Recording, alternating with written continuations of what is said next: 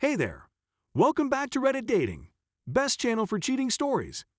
Make sure to like and subscribe the channel for more spicy stories. Cheat on me, enjoy your new life. My pals and I sometimes hang out with a man we'll name Mark. Mark is now in his 40s, happily married to a lady, and the couple has 2 teenagers. I'll relate this tale as accurately as I can based on what Mark told us. As you are all aware, married life may be monotonous at times due to 9-to-5 jobs, prosaic living in a small hamlet, and the fact that your children are growing up and you no longer have to care after them 24 hours a day, 7 days a week. So you try your best to spice up your life. You acquire a dog, start a hobby, and so on. At least, that's what Mark assumed. He likewise believed that his idyllic little existence would remain indefinitely. Wrong. Mark learned via the grapevine that while he was playing sports, working, and attempting to break the monotony of their lives, his wife, let's call her Mandy, was pursuing her own interests. Hobbies included becoming hot and passionate with another guy from a nearby town. He didn't mind the rumors at first since, after all, they were just that, rumors. But something about Mandy's demeanor began to shift. She stopped laughing with Mark, she became distant, she stopped chatting, she began shouting, she became irritated, and so on. It lasted a few months. This bothered Mark, and when we finished playing soccer, he asked us what we should do. We came up with numerous suggestions, including confronting her. Mark, on the other hand, didn't want to wreck his marriage over a few mood swings and a rumor. So he did what any rational guy would do/s. He installed cameras around the home. And I'm talking PI caliber here. He had cameras in the bathroom, living room, their bedroom, and pretty much everywhere else except his children's room. He gave us an update on his new pastime and setup, and things calmed down for a few weeks. We went out for a couple drinks after a few weeks of soccer practice. We saw Mark wasn't himself, so we questioned as to what was wrong. He informed us that after many nights of resurrecting tape, he discovered that Mandy was definitely cheating on him. He was enraged. They had been married for almost 20 years, they were high school sweethearts with 2 sons, and she had betrayed him. Now comes the vengeance. He didn't approach her immediately away. Mark devised a strategy. He had no trouble gaining the guy's phone number despite living just a few towns away. You've all heard of those annoying advertising businesses who phone you to persuade you to purchase their stuff, right? Mark claimed to be one and told the man with the pretense that he was selling him body cleaning tablets and other things. He was well aware that the man was overweight, and as a skilled orator, he had no trouble persuading him. He obtained the guy's first and last name, which he already knew, address, SSN, work address, and some other information that isn't important to the narrative. He informed the man that he was in a poll for several awards from the firm for which he worked, and that he would contact him if the man won anything. Part 2 followed shortly after. On a Friday, while Mandy was at work, he put everything she had, including clothing, jewelry, collectibles, and other items, into their family vehicle. They had a VW Touran, so everything she had fit well. He informed Mandy they were going on a vacation when she got home from work. She was first opposed, but the slick talking quickly persuaded her to give up and get in the van with him. Before that, he drove the boys to one of our friends' home, they weren't yet 18, and he is a decent parent, and dropped them there. You may be wondering where they went. Remember how he referred to the man with whom Mandy was having an affair? I believe you already know the answer. Mandy had no idea, which was either unfortunate or amusing. He drove her and her stuff to the guy's house and phoned him on the way to urge him to come outside. He said that he had won first place and was on his way to personally present it to him. Mandy was still in the dark, she assumed he was simply pranking one of his pals. I'm sure you've realized by now that she isn't the smartest person in the world.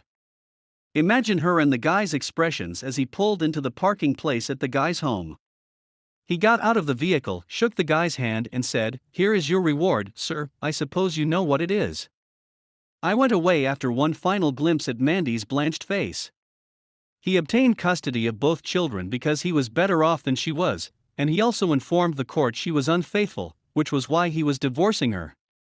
All of this occurred last year, and as far as we know, the man was an A grade, and she dumped him shortly after a few beatings and visits to the ER/police station. Mark was able to get over her after some time and a lot of drink, but he and his sons are doing well. They were both old enough to recognize their mother was at fault, yet they still hardly spoke to her when they visit. She attempted to re-enter Mark's life on a few occasions, but he did the wise thing and urged her to go. After we went out for a few drinks after soccer, he told us this tale. I had to go to the toilet because I was laughing so hard envisioning the entire scenario that I wet myself. I hope you had as much fun reading this as we did. It's not an SSN, and we're not from the United States. Because so many people got caught up on it, it's a tax number, and I'm guessing he requested for it to seem more credible. Edit 2, corrected a few spelling mistakes. Many folks are reading a lot into every element of Mark's tale that I gave. For example, how he managed to fit all of her belongings into one automobile. Of course he couldn't, and maybe he hired some movers later. Consider the vehicle to be stocked with items for a vacation, or whatever floats your boat. As I previously said, I am writing this from memory, so certain details may not add up to your keen eyes. Be cautious. I also did not attend the custody hearing, but the kids live with him and see the mother every other weekend. I inquired how it was going, and they said it was fairly petty between her trying to earn their approval and convincing them she wasn't at blame. I believed them since they were 16 and 17 years old at the time. I suppose I should apologize for doing so. Finally, is this tale fabricated just because he obtained the rights to the children?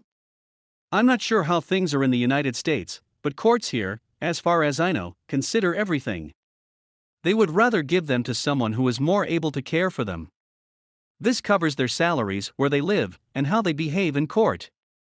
Get off your high horse, America, since not all countries are female-centered and corrupt. Story number 2. The cheating wife devastated the family and the holiday season. Why does she expect me to accept her actions? My message was initially posted in the Surviving Infidelity subforum, but it was removed? Someone recommended that I repost this here. So I'm hoping I don't get blacklisted here. The comments has been quite beneficial to me. My wife, 37F, started a new job 4.5 months ago and acquired some new pals as well. They didn't appeal to me, 36M. They were all staunch feminists, professional victims, and SJWs. They are the kind of ladies that will scream at you for opening the door for them. Or not, if you're not going to open the door for them. You can't win in either case. I laughed it off at first, but in the past 2 months I've seen some troubling changes in my wife. We've been married for 11 years and have 2 children, 10F and 8M. It grew worse and worse. She'd accuse me of all sorts of rubbish, like I was born bad since males historically oppressed women. Say what? Whatever I did for her, things she would usually enjoy, became grounds to argue. Everything was gibberish. I tried to be patient, and these debates generally ended with me saying something like, "But I haven't done anything wrong to you. Isn't the only thing I'm guilty of loving you?" It was typically enough to make her mumble. The following day, she'd do the same thing again, but with slightly different reasoning. Then, around 5 weeks ago, I had a strong gut sensation that something was badly wrong. She returned late at night without informing me. I couldn't contact her phone. She was fairly inebriated, and she seemed aloof and chilly. The following day, she'd reject me and tell me I was being too controlling, that I was reading too much into things. This occurred a couple of more times. I attempted to spy on her phone but couldn't discover anything conclusive, although I thought she had erased many of her texts. I did come across a post with one of her new pals where they were talking about how she would approach me and ask for an open relationship. I understood right away what my instincts were telling me: she was cheating. My wife said in the thread that she will speak to me about it on what is currently the second Monday of December. My children are spending Christmas with their grandparents, and we were supposed to join them today. So, she attempts to initiate this subject over breakfast, as if it were a random whim. To inquire about my feelings for an open relationship. Fortunately, I was prepared and had already begun recording. I'd been reading a lot on Reddit, and I realized there was no way to save this. My best case scenario is to walk out of this with a shred of pride and self-esteem intact. It's all about protecting myself and the kids from now on. I didn't shout or holler, instead, I went straight into jaw-clenched questioning mode. She had been all up until this moment, but it quickly vanished when she saw the expression on my face. Myself, who is he? She, what exactly do you mean? Tries to seem naive, as if she doesn't understand. Me, if you want to talk to me, don't treat me like an idiot, and at the very least be honest. What is the purpose of this talk if you can't be honest? She, what exactly do you mean? Me, if you lie to me now, we won't be able to have the conversation you want about our relationship. It's evident that you're concealing something. So, who is this man you're talking about? She, no. Me, oh my, there's more than one. She, oh. Do not, I say. Just don't do it, lie. You've just completely shattered my faith in you. I can know you're deceiving me. Either you are truthful and we discuss this, or I divorce you. Our marriage is coming to an end right now, no fights, no discussions, no nothing. Just get a divorce. Do you get it? But, she says. Me, speak out. Do you comprehend? If you lie, do you understand? I'm going to divorce you. Declare it. Do you realize how much I already know? I can read you like a book. If I find you lying, it's the end of us. Tell me you get it. She says, I understand. She then tells me about 2 one-night encounters she had while out with her pals. I inquire about their names, whether they are married, if she used protection, and so on. They're both married guys with children. Then she tells me she plans to sleep with a coworker, and that she will do so because it's healthy for her, and I don't have any right to restrict her. What the hell? I also inquire about the collogue and get his name. His wife's surname. He is married, but according to her, he is in an open relationship, which is what she wants us to be. She goes on to say that she would match me up with several of her friends, one of whom seems to be quite interested. What exactly? I've seen this buddy and wouldn't touch her with a barge pole. I inform her that I am not interested. I ask for her phone, and she teaches me how to unlock it. I shut myself in my office while she went to the restroom. She flips out, and while she was beating on the door, I ran recovery software on the phone for deleted stuff, and 30 minutes later I had a lot of unpleasant proof. I also downloaded and installed a surveillance program from an internet business. I handed her the phone and instructed her to leave when I came out. She argued a lot, and I just responded with one-word comments. She didn't seem apologetic at all during this, instead shrieking at me that I was being controlling and holding her back, as males usually did with women. That I never loved her, that she had every right to do this, that she expected me to just accept it, that it wasn't such a big thing, and so on. I didn't fight back. In fact, I hardly said anything. I merely packed her belongings as she circled me, cursing at me. I eventually wound up at the front entrance, where I waited calmly until she ran out of steam. She eventually returned to her parents' residence, although unwillingly. I informed her on her way down the stairwell that she was single now, and that she could do anything she pleased since I wasn't controlling her anymore. My lawyer would contact me in January. I slammed and locked the door as she turned to answer. I subsequently saw her discussing it with her buddies.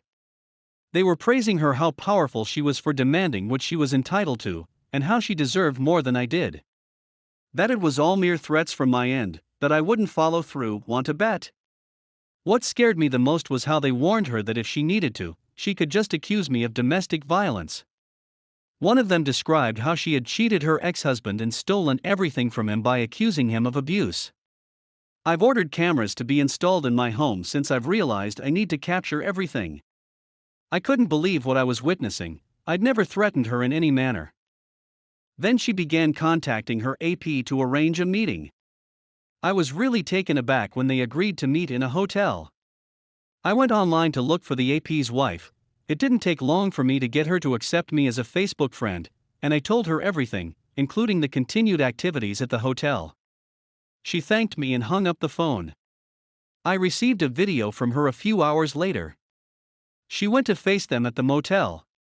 According to the screams, this was not the first time her spouse had cheated on her. You f***ing a hole. Do you want to do this to me again? To the children once again. I warned you we'd be over if you did it again. You hashtag is parent and. She stepped into the room and recorded my wife getting dressed on the side of the bed. The first time I saw it, I puked. The AP's wife struck her across the face and cursed her out. I texted my wife, informing her that I watched the footage from the hotel, and that I never wanted her to be around me again. It's as though she regards our contact as a kind of competition? Where, in her view, is she winning? Is she completely delusory? I don't comprehend anything. Is she disconnected from reality? As if she doesn't realize we're getting divorced? I joined my wife's family WhatsApp group and told them that we are separating because of her adultery. Before withdrawing from the group, I thanked them for making me feel welcome and like part of the family. I've had a couple calls and texts from her, but I haven't read or reacted to them. I just don't have the energy. I contacted my parents and told them everything that had happened. My father texted my wife, telling her she wasn't welcome for Christmas. I'm at my parents' house now, and I've spoken with my employer, who has agreed to give me time off until mid-January to work things out. I've been keeping an eye on my wife's increasingly frenzied conversations with her new friends. I don't believe it's hit my wife yet that she's lost her family, that her marriage is ended, and that her new friends and her AP don't give a damn about her. She sent me many messages and showed up at my parents' home, begging that she be allowed to enjoy Christmas with us. If she didn't go, my father threatened to call the cops. Now I'm browsing divorce attorneys and sobbing my heart out. I believe I was in shock, but the anguish has struck me hard since I arrived at my parents' place. I simply don't get it. It hurts me so badly to read their discussions and contact with her that I've only replied to her messages twice. I don't care what you say since I don't know who you are. You are not my wife would never smile while destroying my heart and soul. We're getting a divorce. I don't give a damn what you say or desire. You have no power or authority to demand anything from me in the future. We've finished. Me, as I already said, you are not my wife, and I am unfamiliar with you. My wife would never subject our children to the agony of growing up in a broken household. You, whomever you are, seem to be pleased with what you have accomplished. My wife was lovely, caring, and attentive. You are a self-obsessed, self-absorbed monstrosity. After the final message, the messages came to a halt. The anguish is excruciating at times. I wish this had never occurred, that I could reconnect with her like before, but I simply can't do that to myself. This is the worst Christmas ever. I couldn't help myself, but I told the kids that mommy no longer wants to be a family, that she wanted to be with other guys, and that we were going to divorce. They are understandably distressed. Fortunately, my parents are here to assist. They lavish them with love and attention, whilst I am a complete shambles. I'll attempt to get back on my feet for the sake of my children, but I'm never going back to her. I wish I had waited until after Christmas to get them right into therapy. I'm not sure what occurred, but I simply blurted it out when they inquired when their mother would arrive. If I went back to her, I would never be able to face myself in the mirror, because the amount of contempt and callousness in her actions is intolerable. I'm at a loss. I simply don't understand it. Why does she think she can demand anything from me at this point? Is she sick or what? Sorry for the rambling tirade, I just wanted to get this off my chest. Edit, I found out that I am okay with the surveillance after speaking with a lawyer a buddy knows. The phone is mine, as is the subscription. My wife uses it, but I own it. And the subscription, so I'm okay. It is not against the law for me to monitor my own equipment.